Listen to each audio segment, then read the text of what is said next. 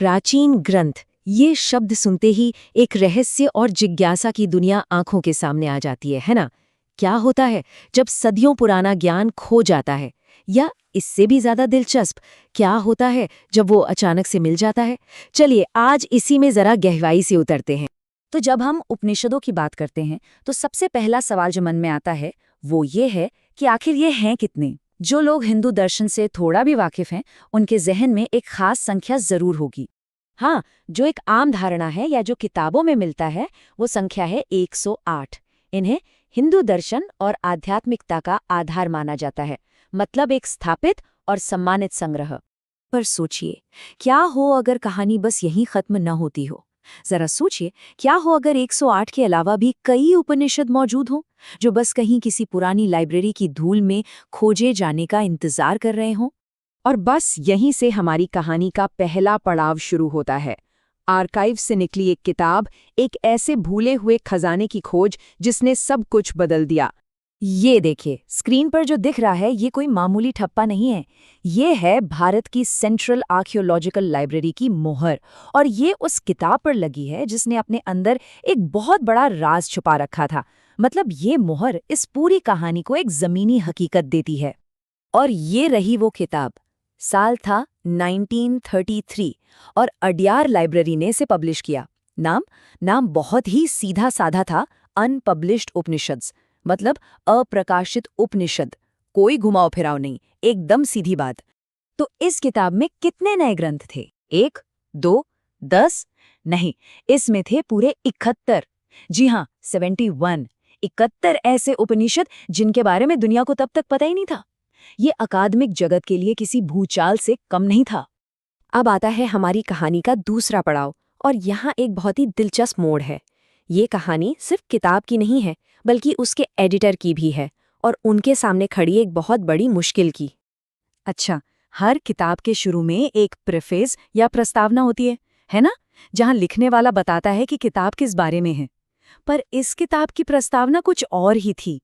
ये एक तरह का कबूलनामा था, एक चौंकाने वाला सच। ये बात सच में हैरान कर देने वाली है।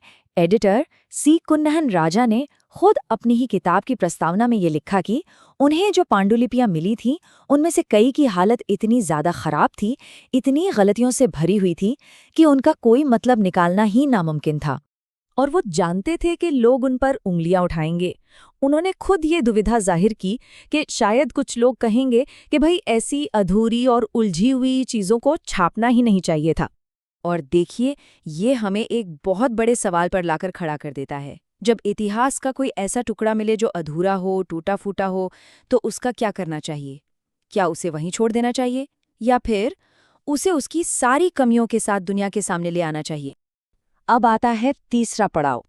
एडिटर ने एक रास्ता चुना। उन्होंने इस मुश्किल का सामना एक मिशन की तरह किया।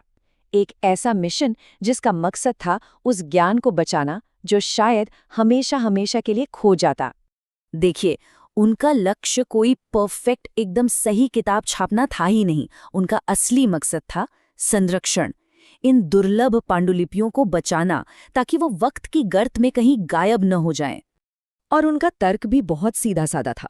उन्होंने लिखा कि इन ग्रंथों को छापने का एक ही मकसद है, ताकि दुनिया भर के विद्वानों को कम से कम ये तो पता चल जाए कि हाँ, ऐसे उपनिषदों का अस्तित्व भी है।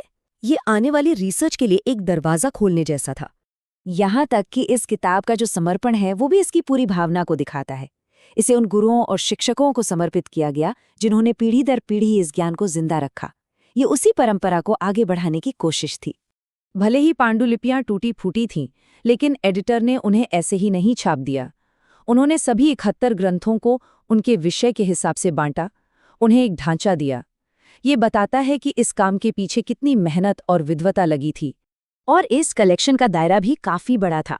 इसमें सामान्य वेदांत और योग से लेकर वैष्णव, शैव और शाक्त, मतलब अलग अलग परंपराओं से जुड़े उपनिषद शामिल थे। इससे उस दौर की दार्शनिक सोच की एक जबरदस्त झलक मिलती है। तो अब आते हैं आखिरी और चौथे पड़ाव पर। आखिर इस किताब का महत्व क्या है? ये सिर्फ एक पुरानी किताब नहीं है, ये भविष्य के लिए छोड़ी गई एक विरासत है। इस किताब को एक मंजिल की तरह नहीं, बल्कि एक मील के पत्थर की तरह देखना चाहिए। ये दुनिया भर के स्कॉलर्स के लिए एक खुला न्योता था कि आइए इन पर काम कीजिए, इन्हें समझिए और इनके अंदर छिपे ज्ञान को फिर से दुनिया के सामने लाइए। तो कुल मिलाके इस किताब की असली विरासत क्या है? पहली बात, इसने उन दुर्लभ पांडुलिपियों को हमेशा के लिए खोने से बचा लिया। दूसरी, इसने उपनिषदों के बारे में हमारे ज्ञान का दायरा बढ़ा दिया। तीसरी, इसने ये दिखाया कि एक सच्चा विद्वान कितना ईमानदार और विनम्र होता है। और सबसे बड़ी बात, इसने आने वाली पीढ़ियों पर भरोसा किया कि वो इस काम को और बेहतर बनाएंगी।